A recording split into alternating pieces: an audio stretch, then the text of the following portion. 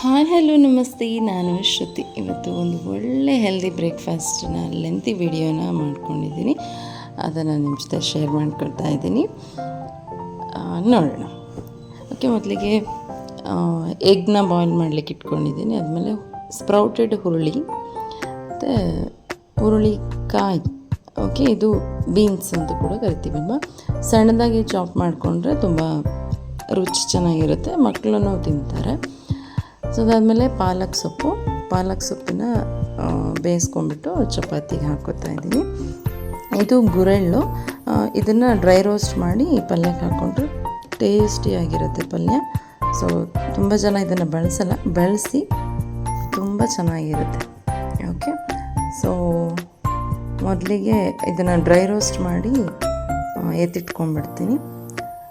ಇದು ಡ್ರೈ ಆದಮೇಲೆ ಮಿಕ್ಸಿ ಜಾರ್ಗೆ ಹಾಕ್ಕೊಂಡು ಮಿಕ್ಸಿ ಮಾಡ್ಕೋಬೇಕು. ಸೊ ಅದಾದಮೇಲೆ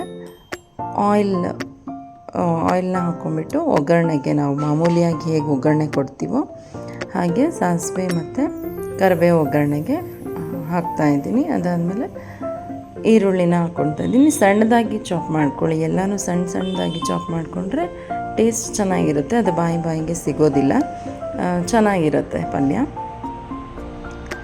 ಇದು ಸ್ವಲ್ಪ ಹುರ್ಕೊಂಡು ಎಣ್ಣೆಯಲ್ಲಿ ಆದಮೇಲೆ ಟೊಮೆಟೊ ಕೂಡ ಆ್ಯಡ್ ಮಾಡ್ಕೋತಾ ಇದ್ದೀನಿ. ಟೊಮೆಟೊ ಮತ್ತು ಈರುಳ್ಳಿ ಸ್ವಲ್ಪ ಅದು ಎಣ್ಣೆಯಲ್ಲಿ ಮಾಡಬೇಕು. ಸೊ ಅದಾದಮೇಲೆ ಸ್ವಲ್ಪ ಉಪ್ಪನ್ನ ಟೇಸ್ಟಿಗೆ ಈಗಲೇ ಹಾಕ್ಕೊಂಡ್ಬಿಡ್ತೀನಿ ನಾನು, ಎಷ್ಟು ಬೇಕಷ್ಟು. ಆಮೇಲೆ ಕೊನೆಯಲ್ಲಿ ಬೇಕಾದರೆ ನೋಡ್ಕೊಂಡು ಇನ್ನೊಂದು ಸರಿ ಹಾಕ್ಕೋಬೋದು. ಓಕೆ, ಸೊ ಇದು ಉಪ್ಪು, ಈರುಳ್ಳಿ, ಟೊಮೆಟೊ ಎಲ್ಲ ಚೆನ್ನಾಗಿ ಬೆರೆತ್ಕೋಬೇಕು. ಸೊ ಚೆನ್ನಾಗಿ ಬಾಡಿಸ್ಕೊಂಡು ಒಂದು ಪ್ಲೇಟಲ್ಲಿ ಸ್ವಲ್ಪ ಮುಚ್ಚಿ ಇಟ್ಬಿಡಿ. ನಂತರ ಇದಕ್ಕೆ ನಾನು ಹೆಚ್ಕೊಂಡಿರ್ತಕ್ಕಂಥ ಬೀನ್ಸನ್ನ, ಹುರುಳಿಕಾಯಿ ಏನಿದೆಯಲ್ಲ, ಸೊ ಅದನ್ನು ಹಾಕ್ತೀನಿ. ಅದಕ್ಕೂ ಮುಂಚೆ ಇಲ್ಲಿ ಬಿಸಿನೀರನ್ನ ಇಟ್ಕೋತಾ ಇದ್ದೀನಿ. ಸ್ವಲ್ಪ ಒಂದು 5 ಮಿನಿಟ್ಸು ಬಿಸಿನೀರಲ್ಲಿ ಪಾಲಕ್ ಸೊಪ್ಪನ್ನ ಚೆನ್ನಾಗಿ ತೊಳ್ಕೊಂಬಿಟ್ಟು ಆ ಬಿಸಿನೀರಲ್ಲಿ ಹಾಕ್ಕೋಬೇಕು. ಸೊ ಹಾಗೆಯೇ ಕೂಡ ಹೆಚ್ಚು ಹಾಕ್ಕೋಬೋದು, ಅದು ಹಾಗೆ ಸಿಗ್ಬೋದು ಬಾಯಿಗೆ. ಸೊ ಹಾಗಾಗಿ ನಾನು ಬಿಸಿನೀರಲ್ಲಿ ಸ್ವಲ್ಪ ಎದ್ಬಿಟ್ಟು ಆಮೇಲೆ ಮಿಕ್ಸಿ ಮಾಡ್ಕೋತೀನಿ. ಸೊ ಇಲ್ಲಿ ಹುರುಳಿಕಾಯಿನ ಹಾಕೋತಾ ಇದ್ದೀನಿ. ಸೊ ಬೀನ್ಸ್ನ ಹಾಕ್ಕೊಂಡು ಚೆನ್ನಾಗಿ ಸ್ವಲ್ಪ ಅದು ಚೆನ್ನಾಗಿ ಮಿಕ್ಸ್ ಆಗಬೇಕು ಆ ತರಕಾರಿ ಜೊತೆ ಎಲ್ಲ. ಸೊ ಚೆನ್ನಾಗಿ ಮಿಕ್ಸ್ ಮಾಡಿಕೊಂಡು ಸ್ವಲ್ಪ ಸಿಮ್ಮಲ್ಲೇ ಇಟ್ಕೊಂಡು ಮಾಡ್ಕೊಳ್ಳಿ, ತುಂಬ ಹೈ ಫ್ಲೇಮ್ ಇಟ್ಕೋಬಾರ್ದು. ಸೊ 2 ಸ್ಪ್ರೌಟೆಡ್ ಹುರುಳಿ ಹಾರ್ಸ್ ಗ್ರಾಮ್ ಏನಿದೆಯಲ್ಲ ಅದನ್ನು ನಾನು ಬಳಸಿದ್ದೀನಿ. ಇದು ತುಂಬ ಹೆಲ್ದಿಗೆ ಒಳ್ಳೆಯದು ಹಾರ್ಸ್ ಗ್ರಾಮು. ಸೊ 2 ಕೂಡ ಹೆಲ್ದಿಯಾಗಿರುವಂತಹ vegetable and grain, sprouted grain. So 2 ಕೂಡ ಅದು ಚೆನ್ನಾಗಿ ಮಾಗಿದ ಮೇಲೆ ಎಣ್ಣೆಯಲ್ಲಿ ಸಾಂಬಾರು ಪೌಡರ್, ನಾವೇನು ಬೇಳೆ ಸಾಂಬಾರಿಗೆ ಬಳಸ್ತೀವಲ್ಲ, ಸೊ ಅದನ್ನೇ 1 ಸ್ಪೂನ್ ಹಾಕ್ಕೊಂಡಿದ್ದೀನಿ. ಅದಾದಮೇಲೆ ಖಾರದ ಪುಡಿ, ಖಾರಕ್ಕೆ ಎಷ್ಟು ಬೇಕೋ ಅಷ್ಟು ಖಾರದ ಪುಡಿನ ಹಾಕ್ಕೊಳ್ಳಿ. ಇದಾದಮೇಲೆ ಮತ್ತೆ ಚೆನ್ನಾಗಿ ಮಿಕ್ಸ್ ಮಾಡಿಕೊಂಡು ಅದೆಲ್ಲ ಹೊಂದ್ಕೋಬೇಕು. ಸಾಂಬಾರು ಪುಡಿ ಎಲ್ಲ ಅದಕ್ಕೆ ಹಿಡಿಬೇಕು.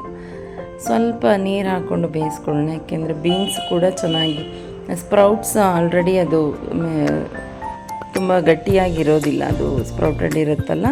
ಸೊ ಬೀನ್ಸ್ ಸ್ವಲ್ಪ ಚೆನ್ನಾಗಿ ಅದು ಬೇಯ್ಕೋಬೇಕು. ಸ್ವಲ್ಪ ನೀರು ಹಾಕ್ಕೊಂಡು ಇಲ್ಲಿ ನೀರು ಕಾದ ತಕ್ಷಣ ಅದಕ್ಕೆ ಪಾಲಕ್ನ ಹಾಕ್ಕೊಂಡಿದ್ದೀನಿ. ಪಾಲಕ್ ಸ್ವಲ್ಪ ಅದೇನು ಬೇಗ ಬೆಂದೋಗ್ಬಿಡುತ್ತೆ ಬಿಸಿನೀರಿಗೆ ಹಾಕಿಬಿಟ್ರೆ.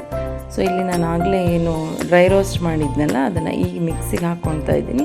ಅದರ ಪುಡಿನ ಇಲ್ಲಿ ಹಾಕ್ಕೋಬೇಕು. ಸೊ ಇಷ್ಟಕ್ಕೇ ಪಲ್ಯ ಚೆನ್ನಾಗಿರುತ್ತೆ, ಬಟ್ ಇದು ವೆರಿ ಟೇಸ್ಟಿಯಾಗಿರುತ್ತೆ.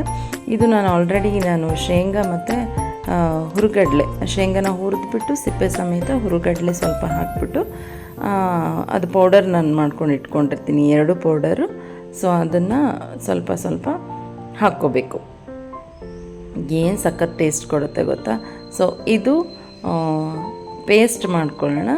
ಸೊ ಗೋಧಿ ಹಿಟ್ಟಿಗೆ ಸ್ವಲ್ಪ ಉಪ್ಪು ಹಾಕ್ಕೊಂಬಿಟ್ಟು ಪಾಲಕ್ ಪ್ಯೂರಿ ಏನು ಮಾಡ್ಕೊಂಡಿದ್ವಲ್ಲ, ಈಗ ನಾವು ಜಸ್ಟ್ ಅದನ್ನು ಬೇಯಿಸ್ಕೊಂಬಿಟ್ಟು ಸೊ ಆ ಪ್ಯೂರಿನ ಆ್ಯಡ್ ಮಾಡ್ಕೋತಾ ಇದ್ದೀನಿ. ಪಾಲಕ್ ಸೊಪ್ಪನ್ನ ಸಣ್ಣದಾಗಿ ಹೆಚ್ಚು ಕೂಡ ಹಾಕ್ಕೋಬೋದು. ಸೊ ಪ್ಯೂರಿ ಮಾಡಿಕೊಂಡ್ರೆ ಬಾಯಿಗೇನು ಸಿಗೋದಿಲ್ಲ, ಚೆನ್ನಾಗಿ ಬ್ಲೆಂಡ್ ಆಗಿರುತ್ತೆ ಅಂತ ಹೇಳ್ಬಿಟ್ಟು ಪ್ಯೂರಿ ಮಾಡ್ಕೊಂಡಿದ್ದೀನಿ. ಸೊ ಈ ರೀತಿ ಎಲ್ಲ ಮಕ್ಳಿಗೆ ಕೊಟ್ಟರೆ ತಿಂತವೆ, ಇಲ್ಲಿ ಏನು ತೆಗೆದಿಡ್ಲಿಕ್ಕೆ ಏನೂ ಸಿಗೋದಿಲ್ಲ. ಸೊ ಹಾಗಾಗಿ ಚೆನ್ನಾಗಿ ಅದನ್ನು ಸ್ವಲ್ಪ ಸ್ವಲ್ಪ ನೀರನ್ನೇ ಹಾಕ್ಕೊಂಡ್ಬಿಟ್ಟು ಚೆನ್ನಾಗಿ ಮಿಕ್ಸ್ ಮಾಡ್ಕೋಬೇಕು. ಚಪಾತಿ ಹಿಟ್ಟು ಹೇಗೆ ಕಲಿಸ್ತೀವೋ ಆ ಹದಕ್ಕೇ ಚಪಾತಿ ಹಿಟ್ಟನ್ನ ಕಲಿಸ್ಕೊಳ್ಳೋದು. ಸೊ ನಾನು ಇಲ್ಲಿ ಏನು ಬಳಸ್ತೀನಲ್ಲ ಇಷ್ಟೇ ಎಣ್ಣೆನ ಬಳಸೋದು. ಸೊ ಮತ್ತೆ ಚಪಾತಿಗೆ ನಾನು ಲಟ್ಸುವಾಗ ಹಾಕ್ಕೊಳ್ಳೋದಿಲ್ಲ, ಬೇಕಾದರೆ ಆವಾಗ ಹಾಕ್ಕೋಬೋದು. ಸೊ ಈಗ ಬೆಂಡೆ ಫ್ರೈ ಮಾಡಿ ತೋರಿಸ್ತೀನಿ. ಸೊ ಬೆಂಡೆ fry very simple and very healthy ಕೂಡ. ಇದನ್ನ ಜಸ್ಟ್ ಡ್ರೈ ರೋಸ್ಟ್ ಮಾಡ್ಕೊಳ್ಳೋದು, ಸ್ವಲ್ಪ ಸಾಲ್ಟ್ ಹಾಕ್ಕೊಂಬಿಟ್ಟು ಅದನ್ನು ಮಧ್ಯಕ್ಕೆ ಕಟ್ ಮಾಡ್ಕೋಬೇಕು. ಸೊ ಅದಾದಮೇಲೆ ಟರ್ಮರಿಕ್ ಅರಿಶಿನ ಪುಡಿ, ಸ್ವಲ್ಪ ಖಾರಕ್ಕೆ ಖಾರದ ಪುಡಿ ಹಾಕ್ಕೋಬೇಕು. ಸೊ ಅದಾದಮೇಲೆ ಸ್ವಲ್ಪ ಜೀರಾ ಪೌಡರ್ ನಾನು ಬಳಸ್ತಾ ಇದ್ದೀನಿ. ಜೀರಾ ಪೌಡರ್ ನಾನೇ ಮನೇಲಿ ಮಾಡಿಟ್ಕೊಂಡಿದ್ದೀನಿ. ಸೊ ಅದನ್ನು ಹೊರಗಡೆನೂ ಸಿಗುತ್ತೆ. ಆಮೇಲೆ ಇಲ್ಲಿ ಗರಂ ಮಸಾಲ, ಸ್ವಲ್ಪ ಗರಂ ಮಸಾಲ ಹಾಕ್ಕೊಳ್ಳಿ. ಈಗ ನಾನು ಮಾಡಿಟ್ಕೊಂಡಿದ್ನಲ್ಲ ಗುರೆಳ್ಳಿನ ಪೌಡರು, ಸೊ ಅದನ್ನು ಸ್ವಲ್ಪ ಹಾಕ್ಕೊಂಡಿದ್ದೀನಿ. ಸೊ ಇಷ್ಟನ್ನು ಹಾಕ್ಕೊಂಡು ಚೆನ್ನಾಗಿ ಮಿಕ್ಸ್ ಮಾಡಿಕೊಂಡು ಅದ್ರ ಒಳಗಡೆ ಫಿಲ್ ಮಾಡಬೇಕು, ಸ್ಟಫ್ ಮಾಡ್ಕೋಬೇಕು. ನೋಡಿ ಈಗ ನಾನು ತೋರಿಸ್ತಾ ಇದ್ದೀನಿ ಒಂದು ಹೇಗೆ ಮಾಡಬೇಕು ಅಂತ. ಜಸ್ಟ್ ಅದರೊಳಗಡೆ ಸ್ಟಫ್ ಮಾಡಿಕೊಂಡ್ರೆ ಆಯಿತು. ಸೊ ಇದನ್ನು ಡೀಪ್ ಫ್ರೈ ಮಾಡೋದೇನು ಬೇಡ, ಜಸ್ಟ್ ಶಾಲೋ ಫ್ರೈ ಮಾಡಿದರೆ ಆಯಿತು. ತುಂಬ ಟೇಸ್ಟಿಯಾಗಿರುತ್ತೆ, ಚೆನ್ನಾಗೂ ಇರುತ್ತೆ. ಇದು ಸೈಡ್ ಡಿಶ್ ಆಗಿ ನಾವು ಬಳಸ್ಬೋದು. ಈ ಚಪಾತಿ ರೊಟ್ಟಿಗಳಲ್ಲೆಲ್ಲ ಮಾಡಿಕೊಂಡಾಗ, ಇವನ್ ಅನ್ನ ಸಾಂಬಾರಲ್ಲೂ ಕೂಡ ಇದನ್ನು ಸೈಡ್ ಡಿಶ್ ಆಗಿ ಬಳಸ್ಬೋದು. ತುಂಬ ಚೆನ್ನಾಗಿರುತ್ತೆ. ಬರೀ ಸಾಂಬಾರು ಪಲ್ಯ ಮಾಡಿನೇ ತಿನ್ನೋದ್ರಿಂದ ಈ ಥರನೂ ಮಾಡಿ ತಿನ್ನೋದು ತುಂಬ ಚೆನ್ನಾಗಿರುತ್ತೆ. ಈಗ ಫೈನಲಿ ಚಪಾತಿ ಲಟ್ಟಿಸ್ಕೊಂಡು ಹಾಗೆ ಬೇಯಿಸ್ಕೊಳ್ತಾ ಇದ್ದೀನಿ. ನನ್ನ ಮಗಳು ಕೂಡ ನನ್ನ ಜೊತೆ ಅಡುಗೆ ಮಾಡ್ತಾಯಿದ್ದಾಳೆ. ಸೊ ನಾನು ಎಣ್ಣೆ ಬಳಸ್ತಾ ಇಲ್ಲ, ಜಸ್ಟ್ ಹಾಗೆ ಬಟ್ಟೆನಲ್ಲಿ ಒತ್ಕೊಂಡ್ಬಿಟ್ಟು ರೊಟ್ಟಿ ಹೇಗೆ ಬೇಯಿಸ್ತೀವೋ ಹಾಗೆ, ಇದಕ್ಕೆ ನೀರು ಹಚ್ಚೋಲ್ಲ ಅಷ್ಟೇ. ಹಾಗೆ ಇಲ್ಲಿ ಎಗ್ನ ಸ್ಲೈಸ್ ಮಾಡಿ ಉಪ್ಪು ಖಾರ ಹಾಕ್ಕೊಂಡಿದ್ದೀನಿ ಅಷ್ಟೇ. ಸೊ ಇದೇ ಇವತ್ತಿನ ಬ್ರೇಕ್ಫಾಸ್ಟ್. ಸೊ ಹೇಗಿತ್ತು? ತುಂಬ ರುಚಿಯಾಗಿರುತ್ತೆ, ಒಮ್ಮೆ ಟ್ರೈ ಮಾಡಿ. Thank you for watching. Subscribe my channel. ಧನ್ಯವಾದ.